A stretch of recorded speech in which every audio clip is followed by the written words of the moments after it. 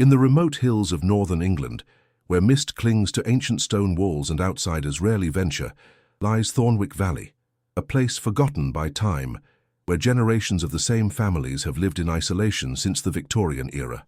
The valley, surrounded by dense forests and treacherous terrain, houses only 3 extended families across 7 households: the Brightons, the Merricks, and the Caldwells.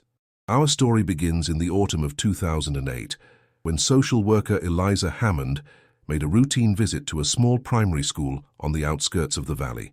What was meant to be a standard educational assessment would uncover a dark, generations-old secret that would shock the nation. I remember that day clearly, recalls former headmaster Gerald Winslow. It was raining heavily, and Ms. Hammond arrived soaked to review our most vulnerable pupils. Little did we know that her simple questions would unravel a carefully guarded family system that had operated for over a century. The first red flag appeared when Hammond interviewed 6-year-old Lily Brighton. The child, small for her age with distinctive facial features and unusual gait, referred to nearly every adult male in her community as uncle. When asked to draw her family tree for a class project, Lily's drawing showed confusing, overlapping lines that the child couldn't adequately explain. At first, I thought it was just childish confusion, Hammond would later testify. But when I interviewed other children from the valley, the same pattern emerged. They all called multiple men uncle, even when the biological relationship was clearly something else. Medical records showed alarming patterns: unusually high rates of congenital disorders, intellectual disabilities, and physical abnormalities among the valley's children. Yet no genetic counseling had ever been sought. More disturbing still, birth certificates were either missing or contained obvious falsifications about parentage. As Hammond dug deeper, she discovered that the isolation of Thornwick Valley wasn't merely geographical, it was deliberately maintained. 3 families had intermarried for generations, creating a closed genetic pool that had produced increasingly severe health consequences. The most chilling aspect was the normalization, notes Detective Inspector Robert Farley, who would later lead the investigation. These children had been taught that their family structure was normal. The adults had created an elaborate system of altered relationships. Brothers became uncles, cousins became distant relatives, all to obscure the true nature of their biological connections. The children's physical appearances told a story their words couldn't. Many displayed the telltale signs of genetic disorders stemming from consanguineous relationships: unusual facial features, stunted growth, and developmental delays. Medical experts would later confirm that some children were the product of parent-child unions, while others came from sibling relationships maintained over multiple generations. As the first chapter of this disturbing story came to light, authorities began to realize they were looking at one of the most extensive cases of familial consanguinity in modern British history, a secret that had been hidden in plain sight for over a century. Check if you're already subscribed to this channel. If not, subscribe now to gain exclusive access to more shocking true stories that the mainstream media won't tell you. Stories that expose the darkest corners of human society that exist right under our noses. As investigators delved deeper into Thornwick Valley's history, a disturbing pattern emerged. Historical records revealed that the 3 families, originally unrelated, had settled in the valley in the 1870s. For the first 2 generations, marriages occurred normally between the families, but by the early 1900s, something changed. The turning point appears to have been around 1905, explains historical researcher Dr. Amelia Patterson. That's when we see the first documented case of first-cousin marriage within these families. From there, the intermarriage pattern accelerated, becoming increasingly close relation with each generation. Parish records showed that around 1930, the families stopped registering births with outside authorities altogether. They established their own internal system of record-keeping, journals that police would later discover hidden beneath floorboards in the eldest Brighton's home. These journals, spanning nearly 90 years, documented a deliberate breeding program designed to keep bloodlines pure and maintain family inheritance. The writings revealed a disturbing ideology that mixed misunderstood genetics with quasi-religious beliefs about blood purity. The journals detailed how, by the 1950s, the family structure had become so entangled that conventional family labels no longer applied. This was when the practice of calling all male relatives uncle began, a simplification that allowed children to interact with their complex family web without understanding the true nature of their relationships. What makes this case particularly disturbing is the level of organization, notes forensic psychologist Dr. Sarah Whitman. This wasn't accidental inbreeding due to isolation. These families created an elaborate system to facilitate consanguineous relationships while hiding them from both outsiders and their own children. The physical evidence was equally damning. DNA testing revealed that some children had inbreeding coefficients so high they were comparable to the offspring of immediate family members across multiple generations. Medical examinations showed that over 70% of the children suffered from recessive genetic disorders that rarely appear in the general population. Most heartbreaking were the graves. Behind the oldest house in the valley, investigators discovered a small cemetery with 27 unmarked graves, most of them infants and young children who had died from severe genetic abnormalities. Forensic analysis would later confirm these children had the highest inbreeding coefficients of all. These children never had a chance, laments pediatric specialist Dr. Jonathan Harris. The accumulation of genetic disorders from generations of consanguinity resulted in conditions incompatible with life. Yet the families continued the practice, hidden away from medical intervention that could have explained the consequences of their actions. As the investigation progressed, authorities began to understand that this wasn't simply a case of isolated inbreeding. The evidence pointed to a deliberately maintained system, one that had survived for over a century by adapting and concealing itself from the outside world. The most challenging aspect of the investigation came when authorities needed to interview the children. 23 minors between the ages of 2 and 17 were taken into protective custody, each bearing the physical and psychological marks of their unusual upbringing. Child psychologist Dr. Eleanor Bennett was brought in to help the children articulate their experiences without further traumatizing them. These children existed in a world with entirely different rules and relationships than what we consider normal, she explains. Many couldn't comprehend that their family structure was unusual, much less harmful. 11-year-old James Merrick provided one of the most coherent accounts. Despite his developmental delays, James described a rigid hierarchy within the families, where older male relatives made all decisions, including who would marry whom when children reached their teens. "Uncle says I'll marry Lucy when I'm bigger," James told investigators, referring to his 8-year-old first cousin who genetic testing would later reveal was also his half-sister. He says it's important to keep the family strong.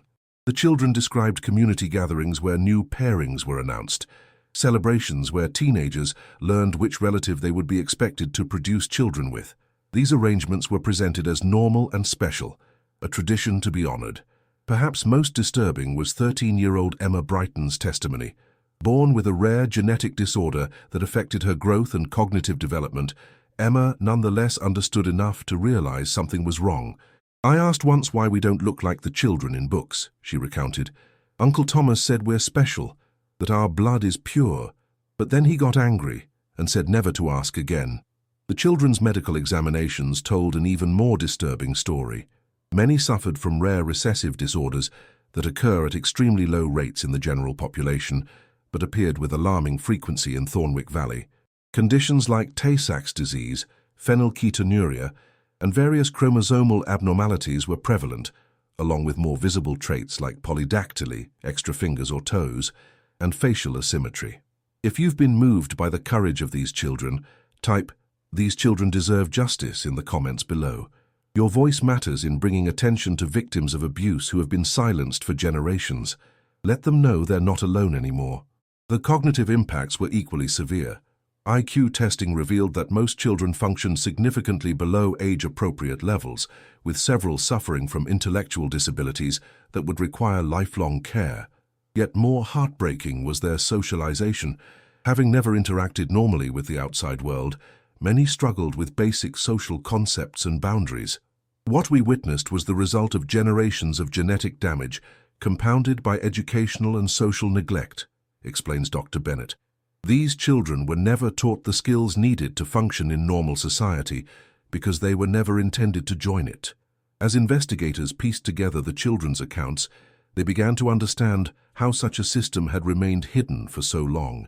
The children had been deliberately isolated, taught to fear outsiders, and given just enough interaction with the wider world to avoid raising immediate suspicions.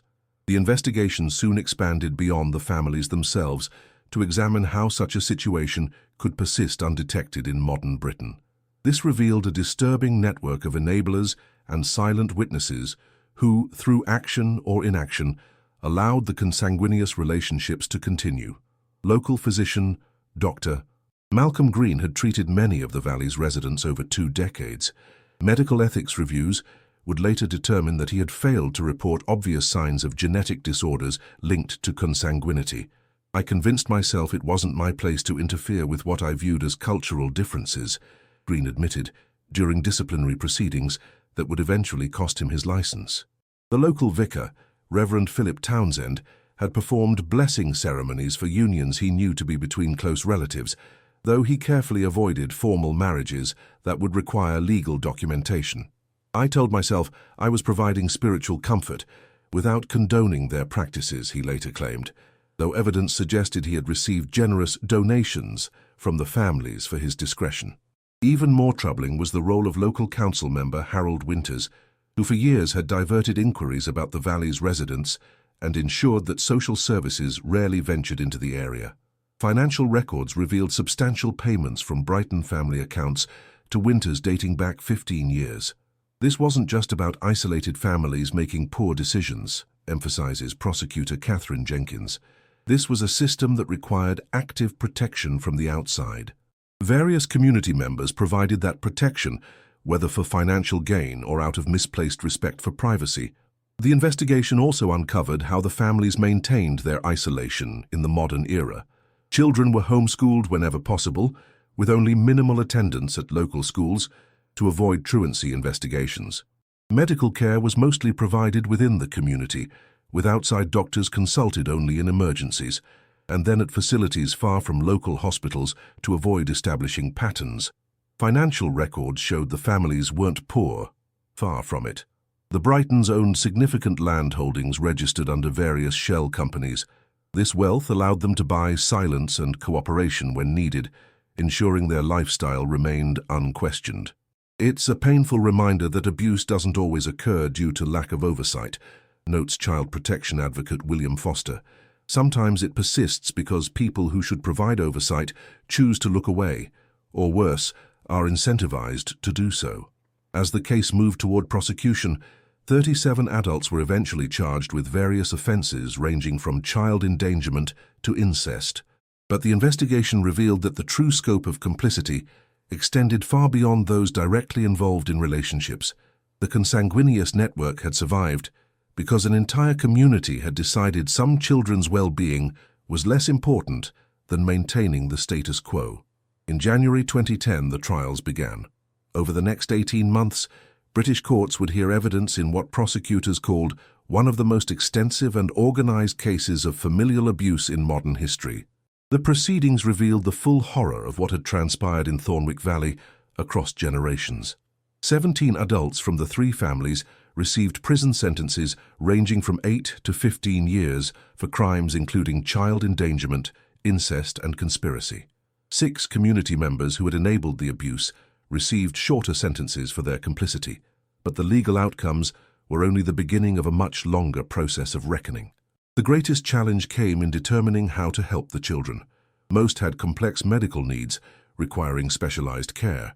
All needed intensive psychological support to understand and process their upbringing, and each faced the devastating task of reconstructing their identity after learning the truth about their parentage. These children have been dealt a lifelong sentence through no fault of their own, explains Social Services Director Helen Marshall.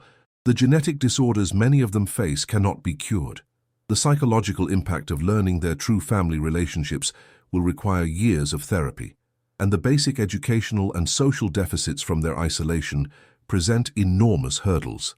For the younger children, adoption into specialized therapeutic foster homes offered some hope for rehabilitation. For the older ones, especially those with severe disabilities, long-term residential care became the only viable option. Siblings were kept together where possible, preserving what healthy bonds existed while helping them establish appropriate relationships. The case prompted a national review of child protection protocols, particularly regarding isolated communities. New guidelines were established for recognizing and reporting potential consanguinity concerns, and additional training was mandated for teachers, healthcare workers, and social services staff. Perhaps the most profound impact came in the form of public awareness. The case shattered the comforting belief that such practices couldn't happen in modern Britain. It forced uncomfortable conversations about the balance between cultural sensitivity and child protection, about the responsibility of communities to monitor themselves, and about how easily vulnerability can be exploited when people choose not to see. 10 years after the case first broke, follow-up studies show mixed outcomes for the children of Thornwick Valley. Some of the younger ones, placed in supportive environments early enough, have made remarkable progress. Others continue to struggle with both their health conditions and their understanding of what happened to them. All carry genetic legacies that may affect their choices about having their own families someday. What happened in Thornwick Valley isn't just history, warns Detective Inspector Farley, now retired. Similar situations likely exist elsewhere, hidden behind walls of silence and isolation. The question isn't whether this could happen again, it's whether we'll be vigilant enough to recognize it when it does. As our investigation concludes, the legacy of Thornwick Valley remains a powerful reminder of how easily vulnerable children can be failed by the very systems designed to protect them, and how crucial it is that we remain vigilant against the darkness that can flourish when we look away. If you've watched until this point, it's because you care about these important stories. Leave a comment saying, "I watched until the end," so I can get to know you and understand who truly appreciates the stories on this channel. Don't forget to subscribe for more powerful investigations like this video, and share it with others who need to hear these hidden truths. Together, we can bring light to the darkest corners of our society.